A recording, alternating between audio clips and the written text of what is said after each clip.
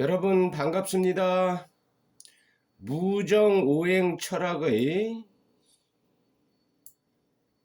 유정철리 인사드리겠습니다. 여러분 오늘이 설날이네요. 여러분 23년도에는 모두 건강하시고 행복하시고 대박 나세요. 오늘 강의할 부분은 사실 명리학에 관련된 기초 이론을 다 하고 맨 마지막에 말씀을 강의를 해야 될 부분이긴 하나 오늘이 설날이고 그래서 특별한 기념으로 본 강의를 고민하다가 시작하게 되었습니다. 제가 50년 넘게 어릴 적부터 공부를 하면서 감을 못 잡아서 공부의 방향을 못 잡아서 너무 어려운 시절을 보냈기 때문에 여러분들 공부를 첨삭다 하면서 나중에 사주를 실제 분석을 할 때 어떤 방법으로 어디에다가 주안점을 두고 볼 것인가를 머릿속으로 구상을 하시라고 먼저 이 강의를 시작하게 되었습니다. 명리학에 관한 세부적인 내용을 공부를 하다 보면 이게 실제로 팔자에 들어와서 어떻게 어떤 현상이 일어나는가와 또 그 이론을 어디에 적용을 해야 되는지 감을 잘 잡을 수가 없기 때문에 실제 사주 팔자를 볼 때 핵심, 방향, 방법 이런 거에 대해서 말씀을 좀 해 드리려고 오늘 설날인데 특별히 강의를 하게 되었습니다. 자, 먼저 우리가 철학 적어도 명리학을 공부를 하기 위해서는 이 철학적인 부분이 어떻게 탄생되었는가를 좀 아실 필요가 있는데 유튜브에 보시면 김정민 박사의 천손 강림 사상이라는 유튜브가 1, 2, 3부로 해서 아주 잘 되어 있습니다. 그래서 반드시 명리학을 공부하고자 하시는 분들은 이 유튜브 강의를 필독을 하시길 바라고요. 한 가지만 더 말씀을 드린다면 시간이 되실 때 머리 식히실 겸 지리산 청학동에 가면 민족의 성전 삼성궁 해서 아주 훌륭한 곳이 있는데 저는 작년 4월 13일 날 다녀왔습니다.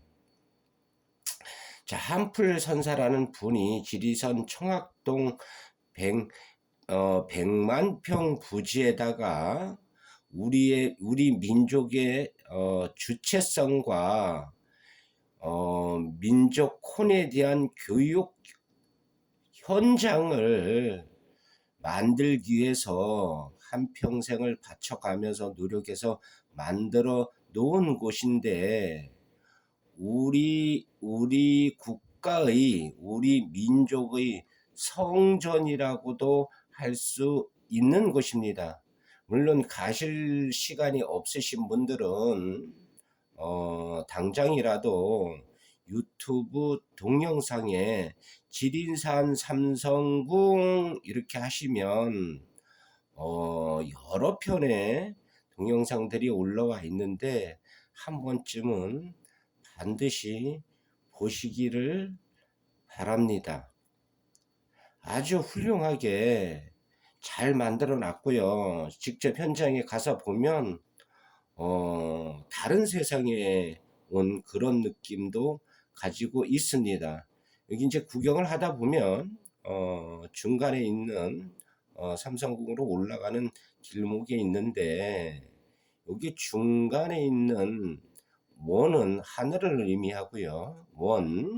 요 네모 방은 땅을 의미하고, 요건 각은 사람을 의미를 합니다. 그래서 이 자체가 어떤 소우주 이런 개념이라고 보시면 됩니다. 그래서 철학적인 부분은 이게 기본이라는 얘기지요.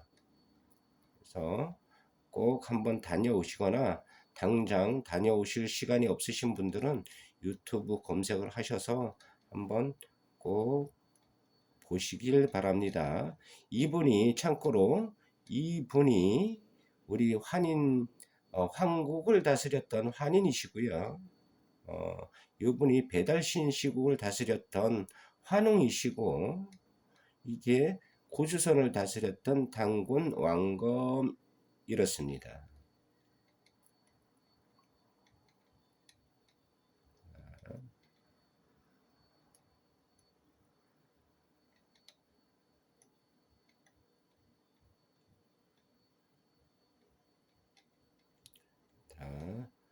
그래서 자세한 거는 유튜브 검색을 해서 참고해서 보시길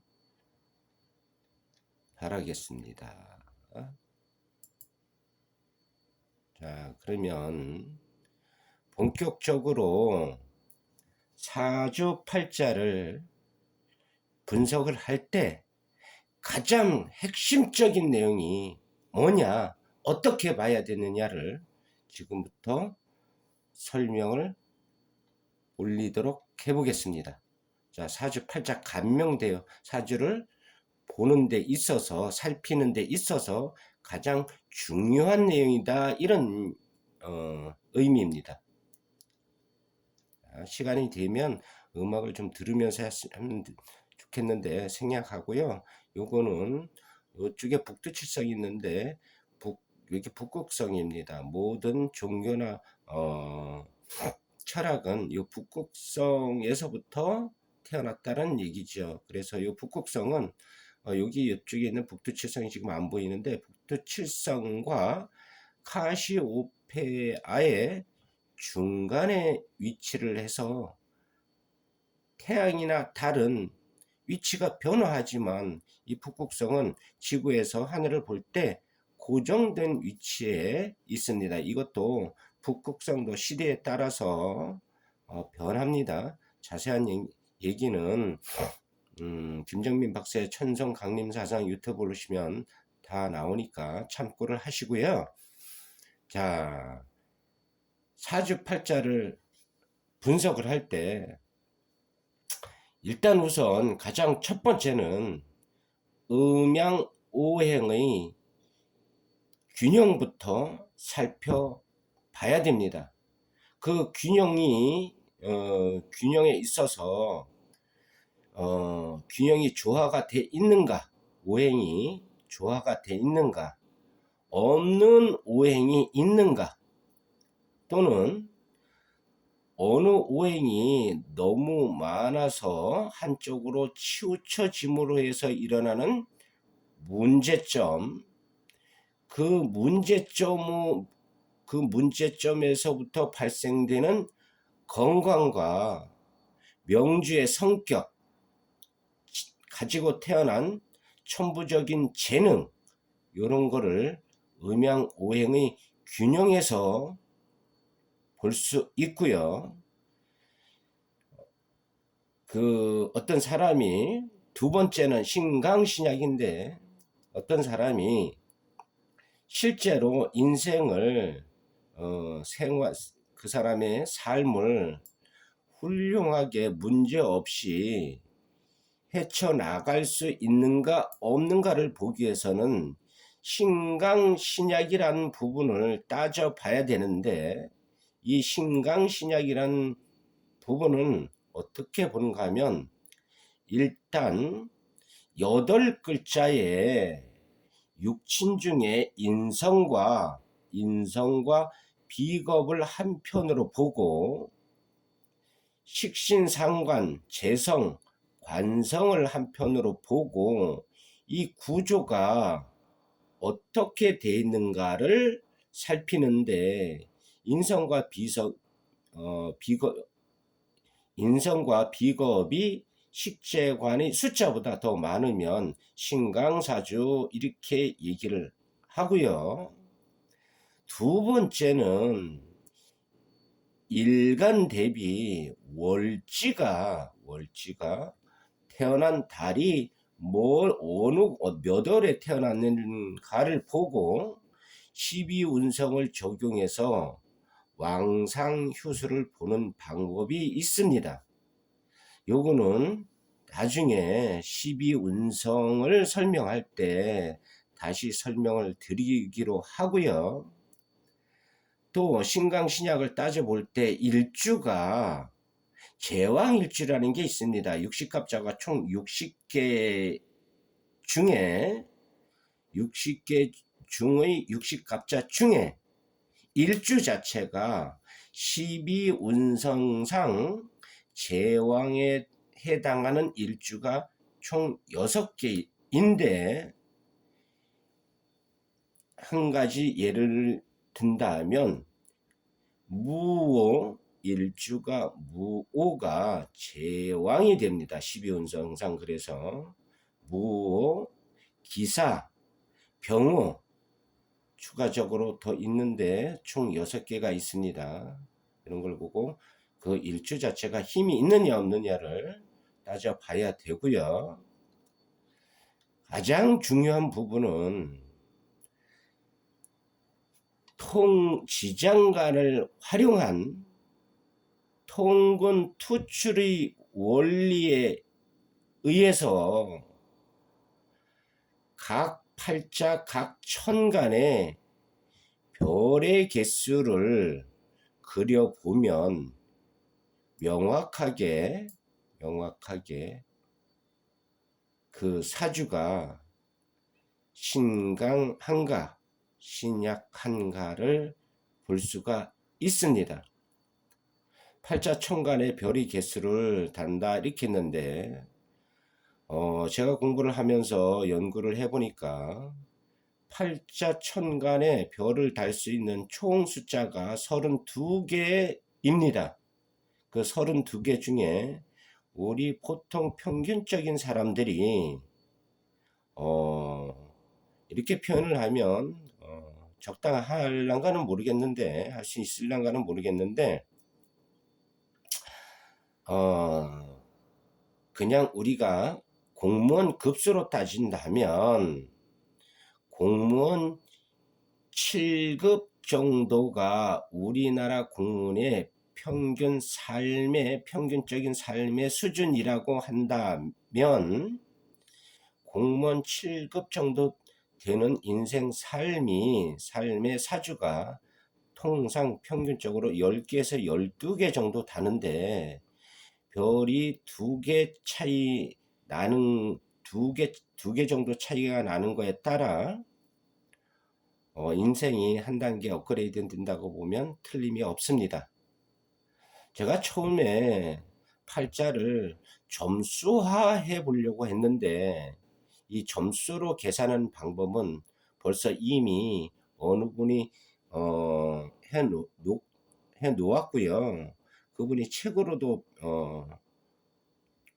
펴내서 그 부분은 생략하고 저는 팔자천간에 별을 다는 방법으로 신강한가 신약한가를 따져봤는데 이 부분은 궁금하신 분들은 지장간의 원리를 보시던가 전화를 하세요. 그러면 알려드리겠습니다. 다음 신강 신약한가를 볼 때 일간 자체가 비견겁재가 없으면서 재성이나 관성에 둘러싸여서 고립이 돼 있는 가를 보면서 만약에 고립이 있다면 그로 인한 문제점이 뭔가를 살펴보면 되겠습니다. 그 다음에 조금 복잡하기는 하지만 세 번째로 육친, 우리가 통상 사회적인 기능으로 얘기할 때는 십신 이렇게 얘기하는데 육친이나 십신의 구조를 자세하게 살펴볼 필요가 있습니다. 자, 사주가 4개 기둥으로 이루어졌는데 그 각 주별로 육식갑자의 구조를 살펴봐야 되고요. 자, 인성이나 비겁과 일간과의 관계를 좀 살펴봐야 되는데 거리라든가 중간에 방해물이 있어서 실제로 그 인비가 나한테 힘을 실제로 발휘를 하느냐 못하냐를 따져봐야 되고요. 일간의 일간의 힘만 봐서는 안 되고 일간이 센가 안 센가 신강한가 신약한가를 보는 것처럼 천간, 연간, 월간, 시간에 떠 있는 육친의 기세도 살펴봐야 된다 이런 얘기입니다. 그 다음에 합충, 형파해, 원진 이런 게 원국이나 대운이나 세운에서 들어올 때 어떤 영향을 실질적으로 미치는가를 살펴봐야 되고요. 네 번째는 대운의 12운성을 기본으로 해서 대운의 흐름을 살펴봐야 되는데 12운성은 우리 인간의 생체 바이오 리듬이나 마찬가지입니다. 그래서 중요한 시기별로 그 운기의 높낮이가 어떤가를 살펴봐야 되고요. 운기 최저 시기에 충, 형, 파해, 삼재, 백호살 이런 것들이 중첩이 되는지 대운이나 세운이 일주와 천지동인가 천지충인가 천지합인가 이런 부분을 살펴봐야 되고요. 월지 다섯 번째로는 월지와 가장 힘이 있는 육진호 격국을 봐야 됩니다. 자, 여섯 번째는 용신 그러는데 팔자를 조화시킬 수 있는 가장 필요한 오행을 용신으로 잡으면 되고요. 일간 일곱 번째는 일간이 세상에 태어난 이유를 확인하는데 일간의 존재 가치라든가 주변 환경 이런 거를 분석해서 일간이 이 세상에 태어난 이유를 확인해야 됩니다. 자, 여덟 번째는 이건 제가 한 얘기인데 이 명리학 사주팔자를 순수하게 돈을 벌 목적으로 재물을 벌 목적으로 하면 저는 절대 안 된다라고 생각을 합니다. 물론 먹고 살아야 되니까 역학자도 굶으면서 할 수는 없으니까 복채를 받으면서 해야 되긴 하겠지만 너무 혹세무민하면 안 된다 이런 얘기고요. 자, 팔자 감명되어 일부 이렇게 두서없이 설명을 드렸는데 자, 조금 더 명확하게 구체적으로 다시 한번 설명을 드려보겠습니다. 아마 명리학을 공부하면서 어쩌면 이 지금 설명하는 부분이 가장 중요한 부분이 될 수도 있습니다. 물론 명리학에 관련된 모든 부분들이 어느 하나 중요하지 않은 부분은 없지만 그거는 조금 세부적으로 차분차분하게 공부를 해야 될 부분이고요. 그런 공부를 다 기초 공부를 다 하고 나서 과연 팔자를 분석할 때 각 개인별로 보는 사람별로 자기만의 어떤 틀을 만들어 놓을 필요가 있다 이런 얘기입니다. 그 틀을 만들어 놓고 그 틀에 의해서 팔자를 분석을 하면 보다 효율적으로 효과적으로 명확하게 사주를 분석할 수 있으리라 봅니다. 그래서 지금까지 한 이야기를 보다 체계적으로 명확하게 다시 한번 설명을 드려보겠습니다. 그래서 사주팔자 간명대요 두 번째 사주간명 핵심 이런 표현을 썼습니다. 자, 공부를 다 하고 나서 사주팔자를 분석을 할 때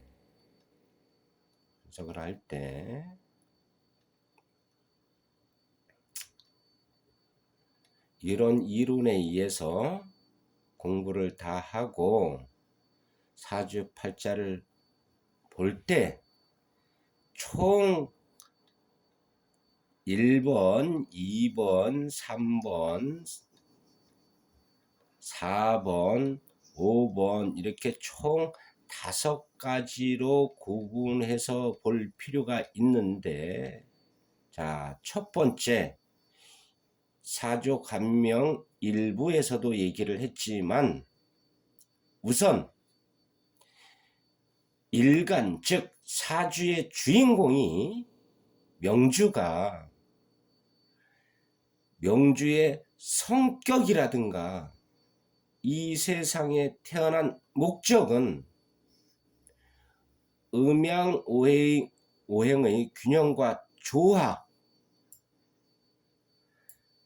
천간의 임무, 필수 조건 이러한 사항을 가지고 그 명주의 성격이라든가 성정, 태어난 목적을 살필 수가 있습니다. 구체적인 방법은 여기서 하나하나 언급할 수가 시간상 없을 것 같고요. 천간론을 보면 어느 분 블로그를 보든 어느 책자를 보든 천간의 임무, 필수 조건 이런 부분을 공부를 해서 그 사람의 성격과 목적을 따져볼 수가 있겠고요. 그러한 사람의 실제 인생 삶의 형태가 어떻게 진행될 것인가, 진행되는가, 쉽게 표현해서 이 사람이 농사꾼인가 공무원인가 구체적으로 굵직하게 판단을 하는 경우에는 자, 월지를 중심으로 한 격국을 일단 우선 살펴보고, 요즘 세상은 하도 복잡하고 직업이 세분화되어 있기 때문에 격국만을 가지고 삶의 형태를 판단하기는 좀 어렵습니다. 그래서 실질적으로 팔자 즉 8글자 중에 일간을 제외한 다른 글자들의 세력 중 가장 힘이 있는 오행이 어떤 오행인가를 살펴봐야 됩니다. 그 다음에 일간과 월지, 일간과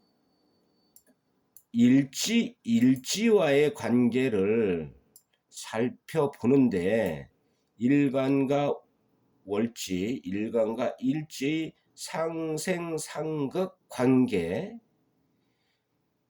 일간 대비 월지나 일지가 어떤 육친으로 구성이 되어 있는가를 봐야 되고 12운성을 일간과 월지, 일간과 일지관이 관계에 있어서 12운성을 살펴봐야 된다. 이런 얘기입니다.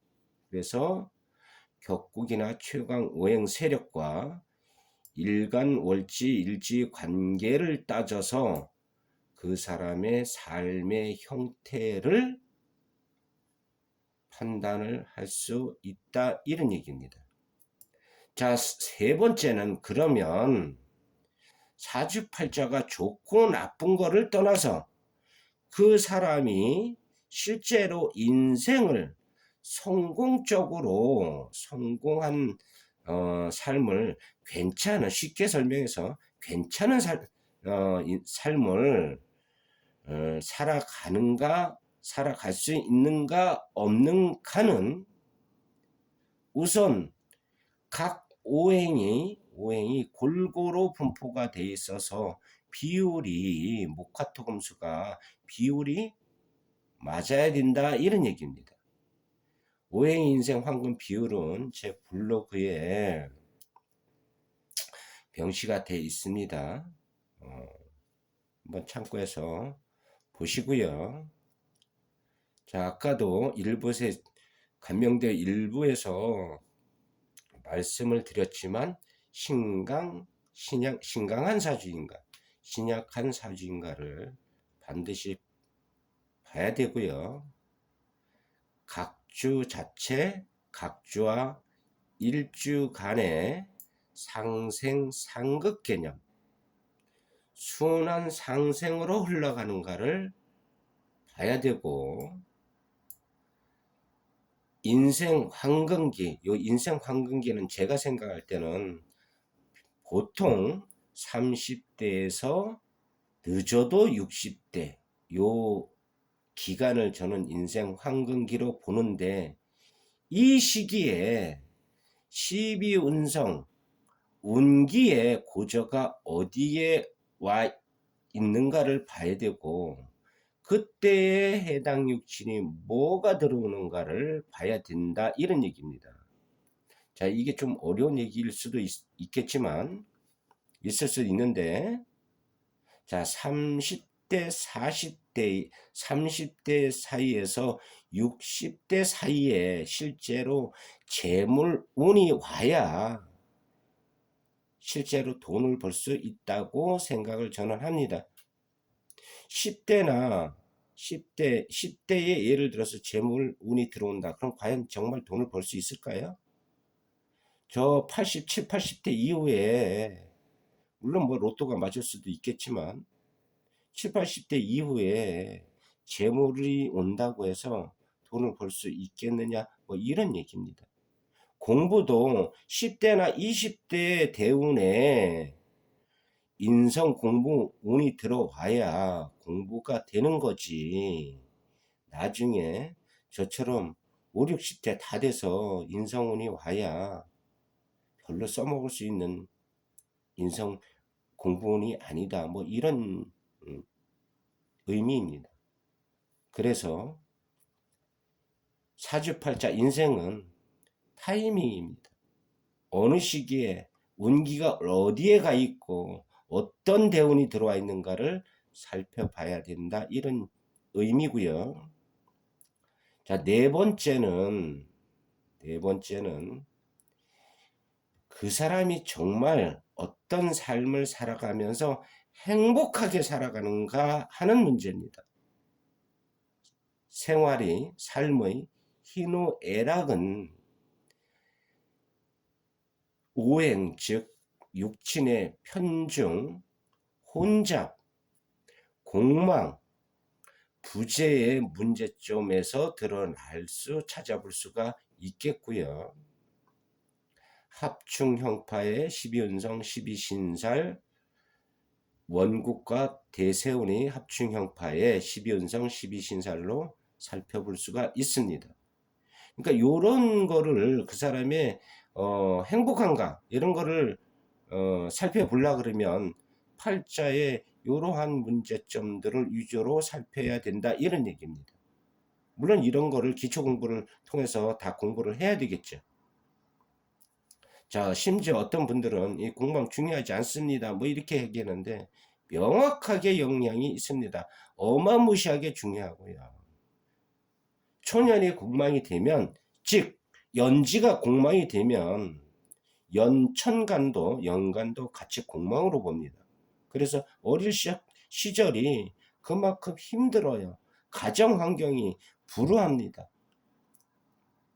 해당 육친이 기능을 잘 못하고요. 자, 그런 문제점이 있으니까 세부적으로 공부를 하는데 명리학의 논리는 어느 하나가 중요하지 않은 게 없습니다. 지금까지 밝혀진 논리를 기초적인 이론을 안 중요하다 이렇게 얘기하는 사람은 그 사람은 명리학 사주팔적 강의하고 논할 자격이 없는 사람이라고 저는 봅니다. 본인이 모르니까 중요하지 않은 거예요. 하나하나 세밀하게 따져서 팔자에 적용을 해서 분석할 수 있는 능력을 갖춰야 되고요. 그런 거를 모르는 사람이면 잘못하면 선무당이 사람 잡는다고 팔자 보면 안 돼요. 자, 다섯 번째 마지막으로 일간이 건강하게 살아가느냐, 심지어는 언제 죽느냐 하는 문제까지도 볼 수 있는데 오행의 과다나 부재의 문제점에서 살펴볼 수 있고 12운성 고저에 따른 충형 강력한 신살 이런 게 겹칠 경우에는 생명의 위험이 따르는데, 자, 12운성 운기 고저는 최대 100%에서 최저 마이너스 50%까지 적용을 할 수 있는데 내 운기가 마이너스일 때, 즉 절태양에 가 있을 때 춘이나 형이나 강력한 신살들이 겹치면 목숨이 위태하다 이런 얘기입니다. 정말로 사람이 그때 죽습니다. 제가 제 명을 앞으로 29년을 더 보는 명확한 근거도 여기에서 찾아낸 겁니다. 실제로 6.25 동란 이후에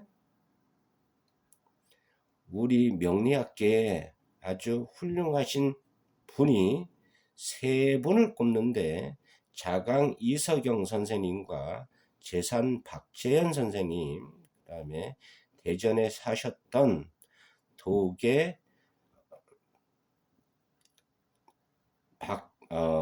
박재완 선생님이 계셨는데, 도계 박재완 선생님은 본인이 돌아가실 시간까지 알으셨다고 합니다. 참고로 저는 한국역술인협회에 소속된 있고요. 좀 자세한 사항을 설명을 드리시려 그러면 저의 블로그, 네이버 블로그 무제오행 철학을 검색해 보시던가 문자를 주세요. 여기 동영상 인관계로 아주 세밀한 부분들은 설명을 못 드려서 죄송하고요. 다음번에는 부정오행 철학 일부 네 번째 이야기 상생상극에 대해서 살펴보기로 하고 오늘은 여기서 인사를 드리도록 하겠습니다. 아무쪼록 남은 명절 기간 동안 행복한 시간들 보내시고요. 다음에 뵙도록 하겠습니다. 안녕히 계십시오.